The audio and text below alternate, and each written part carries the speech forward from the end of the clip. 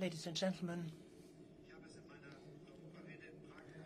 as I've already underscored in my speech on Europe in Prague by the end of August, the 6 Balkan states are part of the European Union. They belong into the European Union. They are part of the European family and part of Europe. And this is why I have always come out very strongly in favor of enlarging the European Union to include the states of the Western Balkan.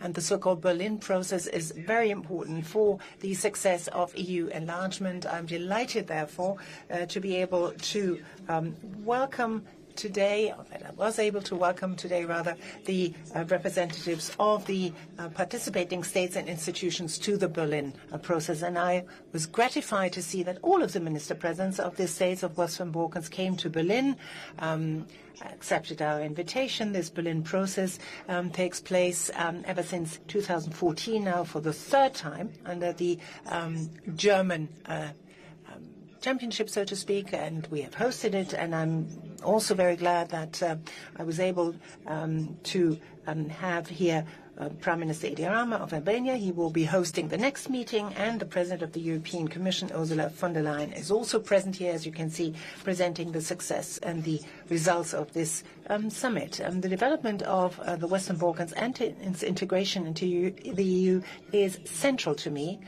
The EU accession is in our interests, and that is all the more important against the background of the brutal war of aggression of Russia against Ukraine. Reforms are necessary for this in the EU itself, but also in the region, in particular as regards rule of law and environmental standards. And for this, it is necessary to bring regional cooperation forward and to settle long-smoldering conflicts among these 6 countries. And an improved regional cooperation of the countries of the Western Balkans is key to speeding up the EU rapprochement. Ever since 2014, the Berlin process gives a very important contribution to this effect, and it has brought together the people. It has also increased links in the region at all levels, new roads, new interconnectors. In doing so, it has strengthened the economy, has also given a concrete contribution towards improving good neighbourly relations and reconciliation in the region. And very concretely, what we are talking today is the creation of a common regional market that is compatible with EU rules, is also including all of the countries of the region. And I congratulate the countries of the Western Balkans that today, under the auspices of the federal government and the Regional Cooperation Council, 3 mobility agreements could be signed. And that is a great success for the citizens of the region. And it shows that the 6 Western Balkan states are serious in trying to get closer to regional cooperation as regards the European Union. For in this European project, it has always been about going forward together. These 3 agreements now will make it possible for the citizens of the region to travel, to cross borders just by using their IDs. And also there is mutual recognition enshrined in one agreement of higher education qualifications and professional qualifications. This will, in very concrete terms, improve the life of the individuals in the region and get the region closer together. And on energy, an important agreement, an important declaration has also been signed. The Western Balkan countries agree in this declaration to work together more closely for more energy and security, and also on climate protection measures in order to achieve the 2030 goal. We, the other participants of the Berlin process, are going to support the Western Balkan states in the medium and short term, and long term, obviously, in order to weather this energy crisis and to focus on renewables. Germany contributes to this through the work of its promotional bank, FW, in the short term through granting loans of up to 500 million in order to weather this acute crisis, and in the medium term by 2030 through supporting energy transition for the Western Balkans to the tune of €1 billion. And all of these issues, we need to work together more closely. This summit has shown that there is a willingness to cooperate, and Germany is going to support this process in the future and will also obviously be willing to host this process again in the future. The EU also supports this process, and here in particular the European Commission supports this. And we would like to thank the Commission for doing this. And I would like to now give the floor over to the Commission President, Ursula von der Leyen, before the next host of the Berlin Process Summit will take the floor. Ursula, the floor is yours. Albania in the driving seat for next year. I know that the Berlin process continues to be in very good hands. So our aim is very clear. It's the aim to bring our Western Balkan partners as close as possible, as fast as possible. And here we have two tracks. One track of work is, of course, the accession process. There we have made good progress. The Commission has put enlargement back on the table from the very first day of my mandate. We have been securing agreement on a new enlargement methodology that opened up ways not only to deblock decisions, that was very important, but it also brought back credibility to the whole process. Then we have put on the table a substantive economic and investment plan. It brings €30 billion of investment to the region, which is overall approximately 1/3 of the GDP of the whole region. In addition, last year we had the first intergovernmental conference. We had intergovernmental conference with Montenegro.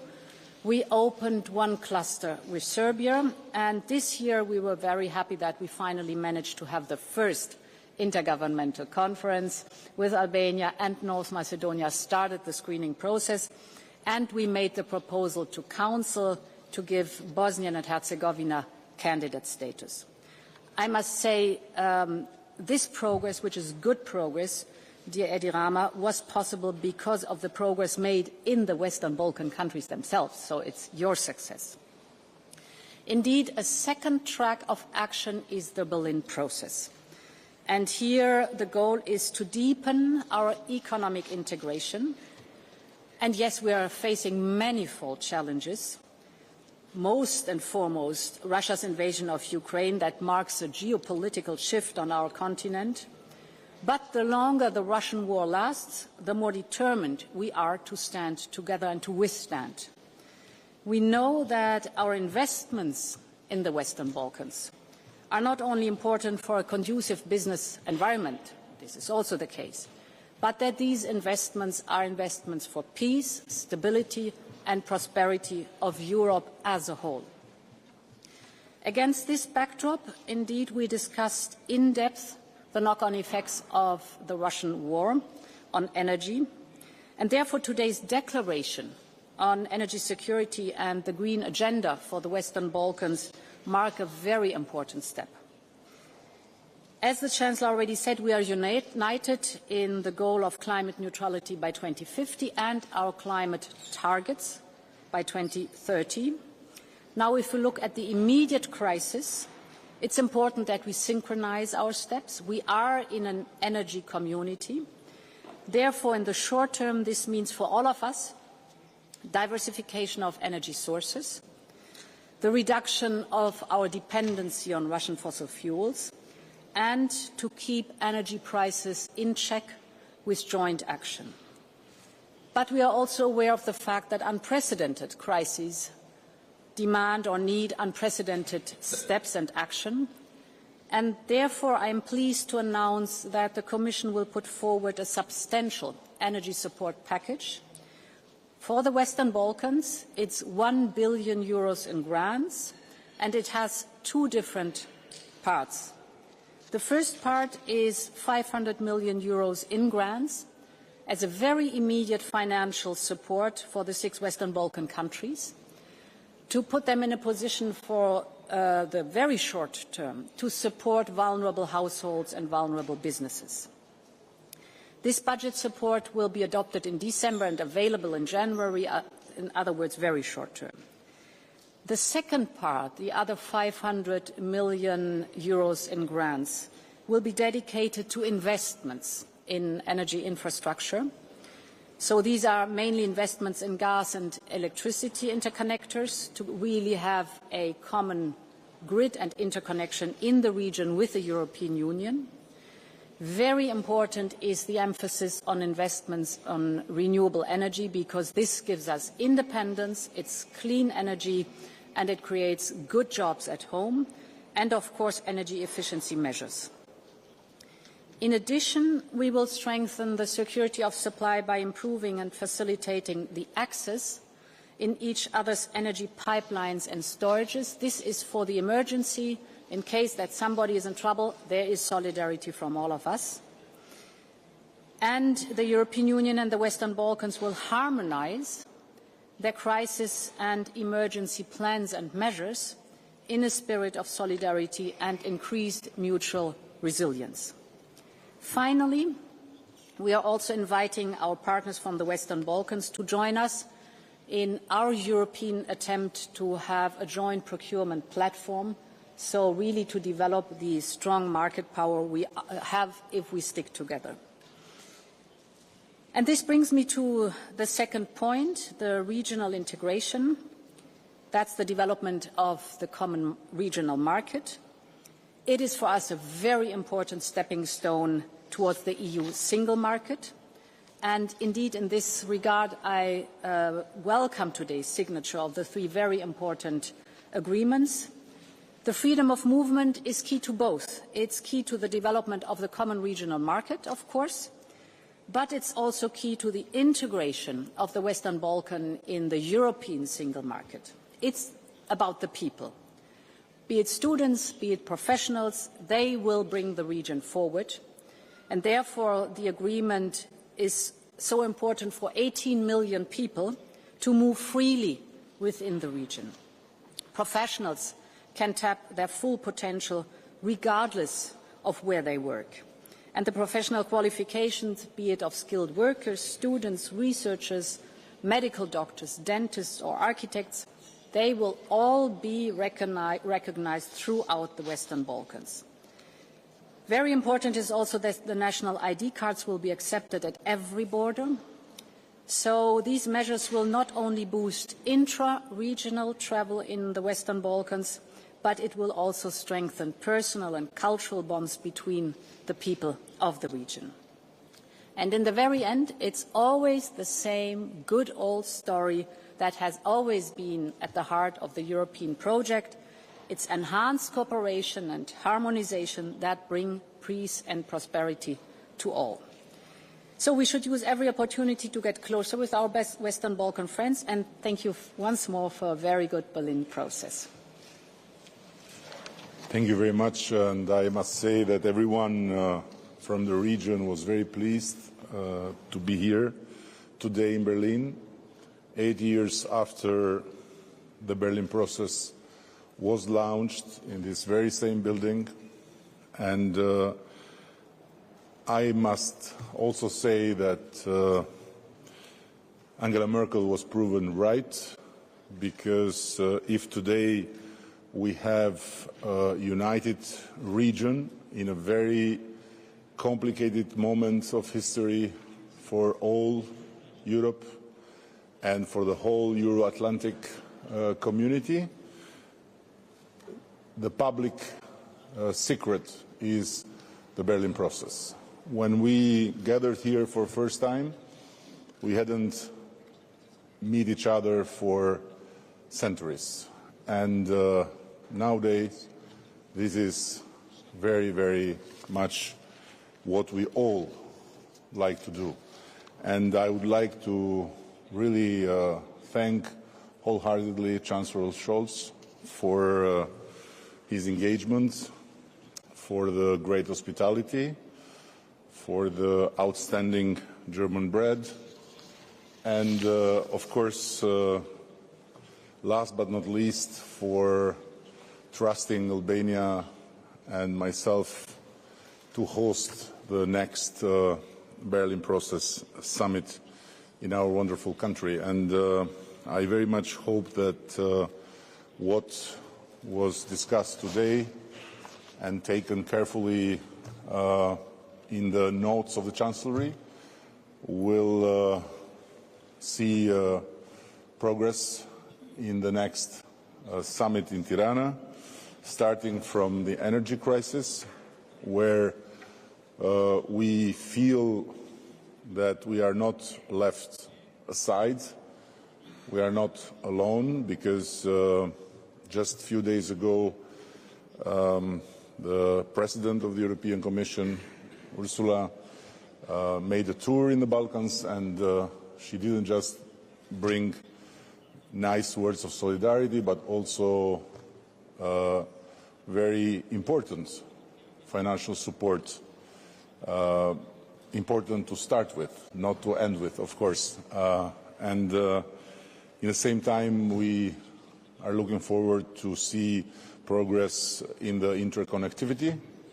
As the Chancellor pointed out very, very clearly, it's not about connecting our own infrastructure, highways in our countries, but it's about connecting the region and Europe with the region and vice versa.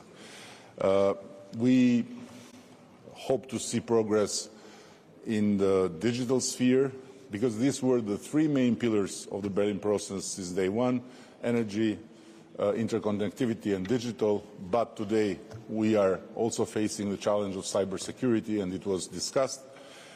And of course we want to see things move in the right direction for our young people. We have raised again the issue of how we can faster integrate with the European higher education system, our universities, and also on how we can have more presence from Germany and other EU well-developed countries through their private sector and not just public funding.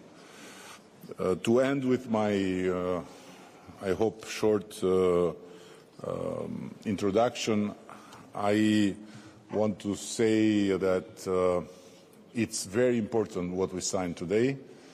I cannot prevent myself to underline that these agreements were three agreements that we were looking forward since 2 or 3 years. They were blocked. The Chancellery, the Chancellor, his team really worked very hard together with our people to convince everyone to sign, and it's a great news that we had today 3 important signatures that we already had in the Open Balkan framework. So it's very important that now everyone is included in this framework of the 3 agreements. Of course, sounds a bit weird or a bit alienating for the people of Kosovo, that while they made another step through the government to sign this free movement with ID cards, can't yet move freely as everyone else in the region when it comes to the European Union. And I very much hope that this will be solved sooner more than later. So looking forward to host everyone next year in Tirana, and being very happy that we will host the Chancellor and others next month in Tirana again. We were laughing a bit because everyone was talking about becoming a hub of energy, but apparently Tirana is becoming a hub of summits. Thank you very much. We have time for 2 short questions. Elia Zotka, televizioni shqiptar Klan.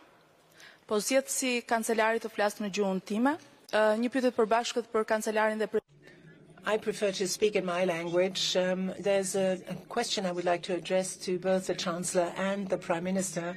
Today, an agreement was signed for freedom of movement, and also one for professional qualifications.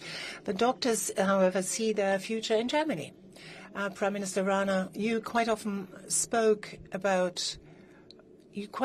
demanded from the countries of the European Union that they give back on these investments. These are, after all, investments that were taken into the future qualifications of people from the Albanian taxpayer. So we would like to get something back. Is there a possibility, a mechanism for how to do this? And the spokesperson of the British government today reacted to your declaration yesterday. How do you see this?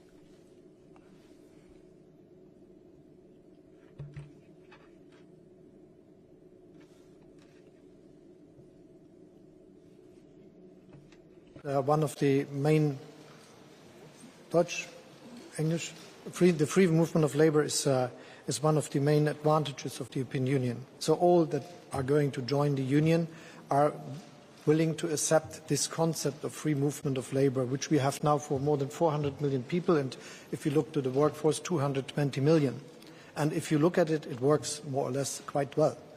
Not because of the movement to some countries, but if you go to the details, you see that it is very easy for young people and for all the others just to take the decision to do it for some years in another country.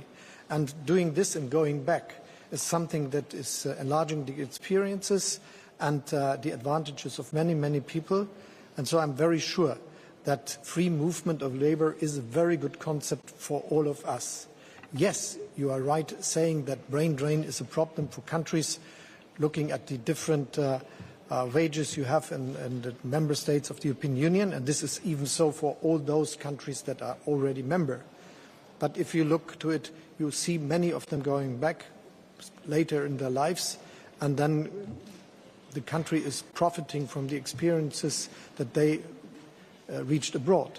And if you look, for instance, to Germany, you will find many Germans all over Europe doing their jobs, going there for 5 years, for 10 years, for 15 years, sometimes going back, sometimes not. So this is something which is, in a way, already something that works for all. The other question is, what can we do that people like to stay in their country?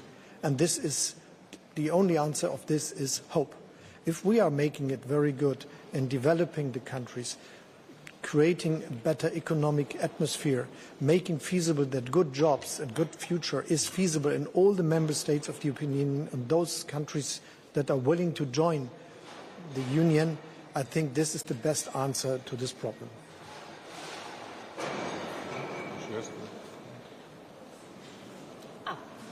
So indeed,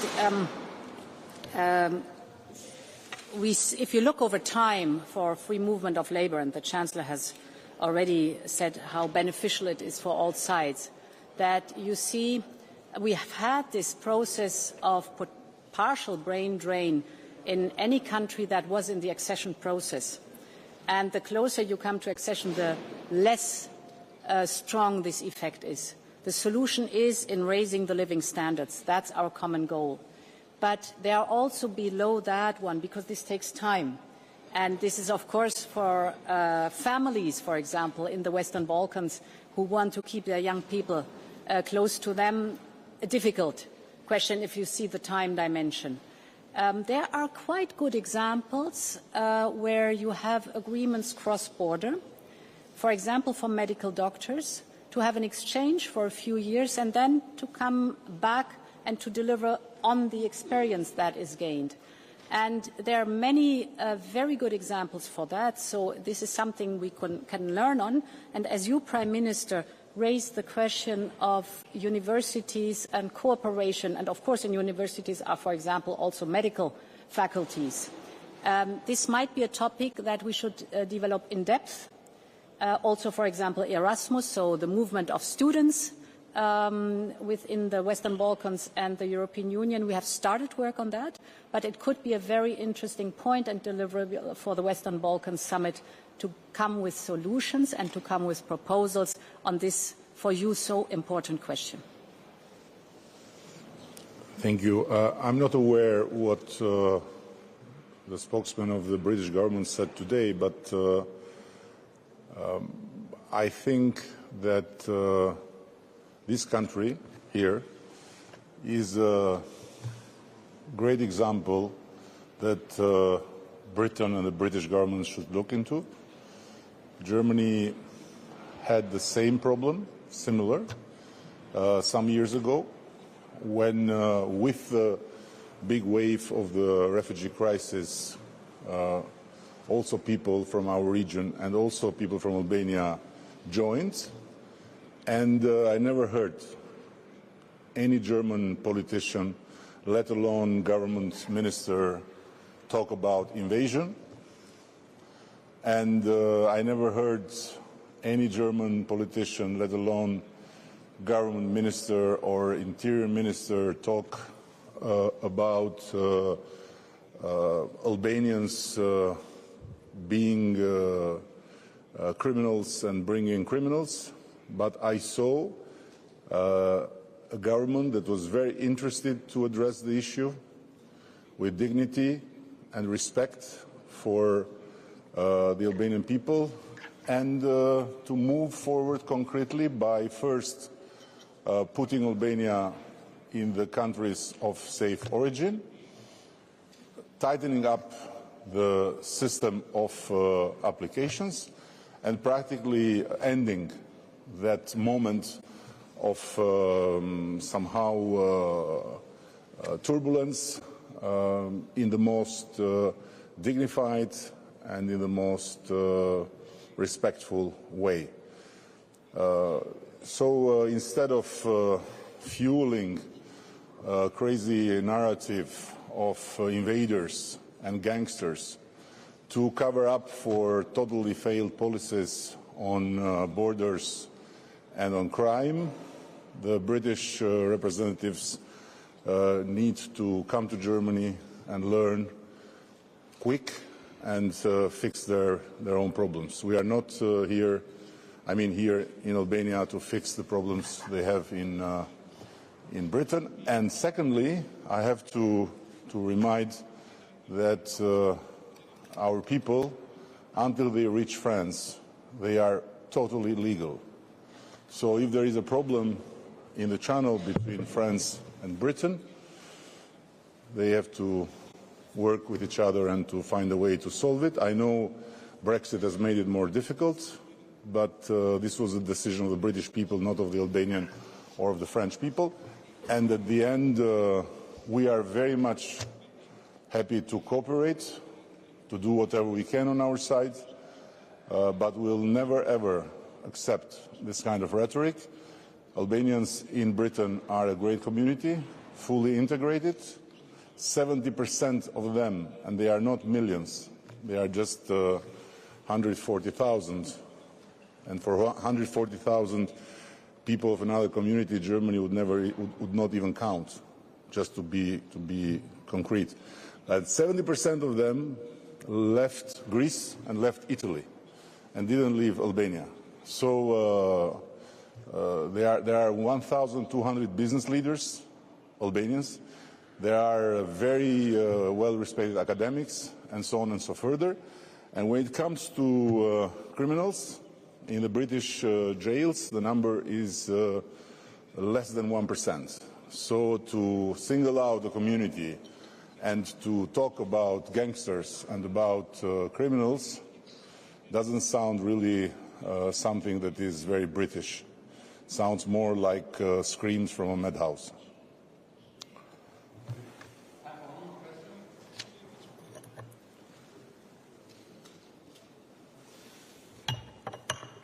Anila Schuka, Deutsche Welle.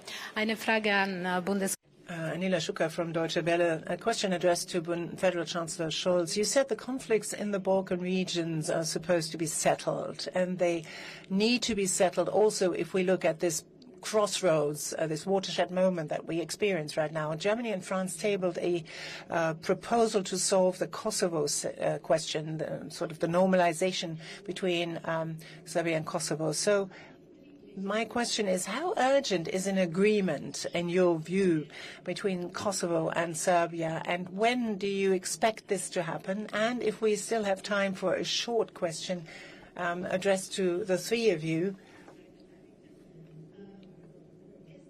Yesterday, during the Civil Society Forum, a wish was voiced to also have a timetable for enlargement. How realistic, how desirable is this? Thank you very much for the question. Thank you very much for the question. It is true. The bilateral conflicts that undoubtedly exist between certain member states of the Western Balkans need to be settled. They need to be overcome. So it's a good thing to be able to do this. This year we've already made enormous progress, for example, as regards the debate between Bulgaria and North Macedonia. The President already spoke about a success of this meeting. Processes that have taken place with Albania and North Macedonia, looking ahead towards a possible EU accession. And for Serbia and Kosovo, this also applies. An agreement must be reached. We, the French government, and also the European Commission are trying our utmost to make this possible. We're very actively involved in talks with both parties, and we hope that very soon we will come to a process where both governments will move forward and an understanding can be reached. That is something for which we need to have patience, and obviously we need to put a lot of effort into it. And we hope that very soon we'll see a positive outcome. As regards enlargement, I think the best thing would be for the Commission President to address that. I would say as fast as possible. After all, the decisions of Thessaloniki date back 19 years ago. Nobody at the time would have expected it to take so long, so we need to speed up matters. First of all, from the European Commission side, I want to emphasize that there's full support for the Franco-German proposal. And we integrate that in the dialogue that is so necessary. So we call on both sides to move forward on that, because this is a bridge that is being built to solve a problem that can be solved, but that is in the way of a speedier accession process for the region. What the timetable is concerned, the accession process is completely merits-based. So there is no rigid timetable, and that's good. The better a country performs in its own interest with investment and reforms, the faster the process goes. But we also have, of course, the other way around, that with non-implementation, for example, from reforms or not undergoing reforms, we see a slowing down of the process. The modernized methodology has as a purpose to speed up the process if there is the willingness to really work hard, for example, on the general questions of the rule of law and the principal values of the European Union. So it gives the opportunity, compared to former times, to really speed up the process. And at the moment being, I must say, we feel a wind of change going through Europe because of the geopolitical situation. It is of utmost importance to push forward the accession process of the Western Balkans, and here we share the same attitude. We want our friends to be in the European Union.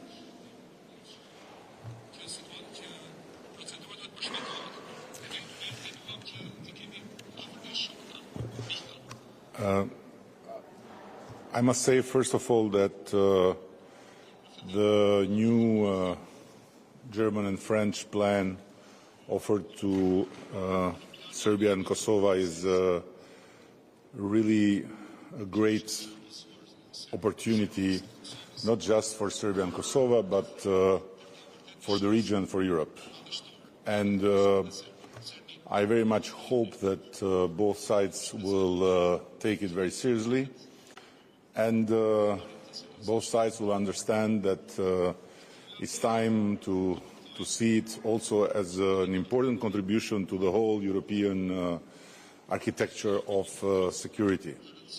On the other hand, when it comes to enlargement, I'm the worst person to be asked, but in general. But in this case, I want to say that independently from how the enlargement will go, we are now in a completely different level of cooperation with the European Union, and this today is one of the examples.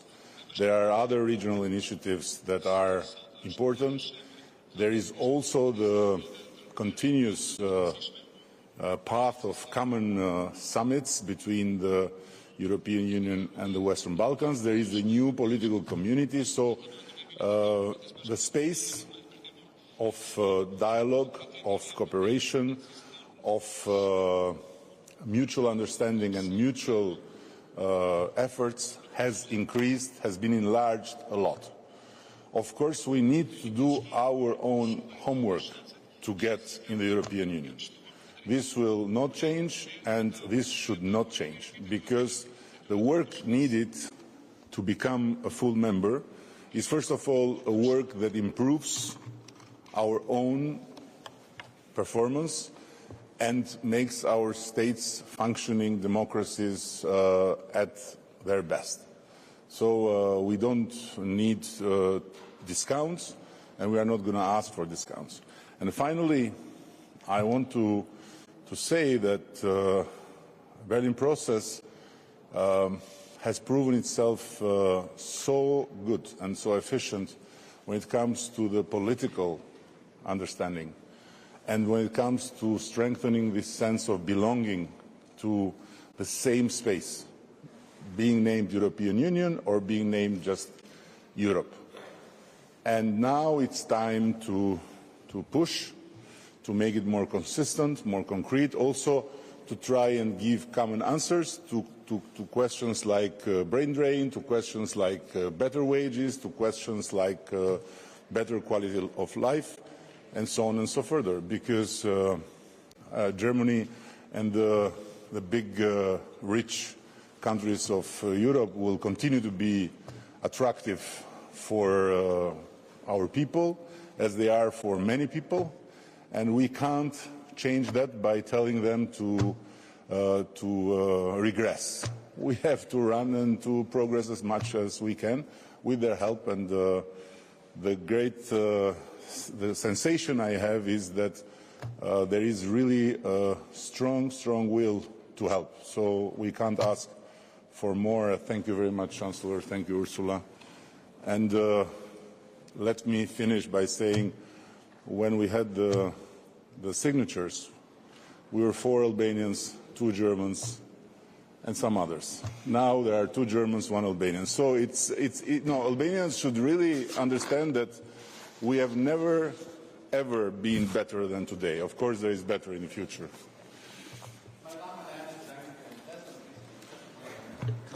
If you like, I will show her pictures. Come with me. So.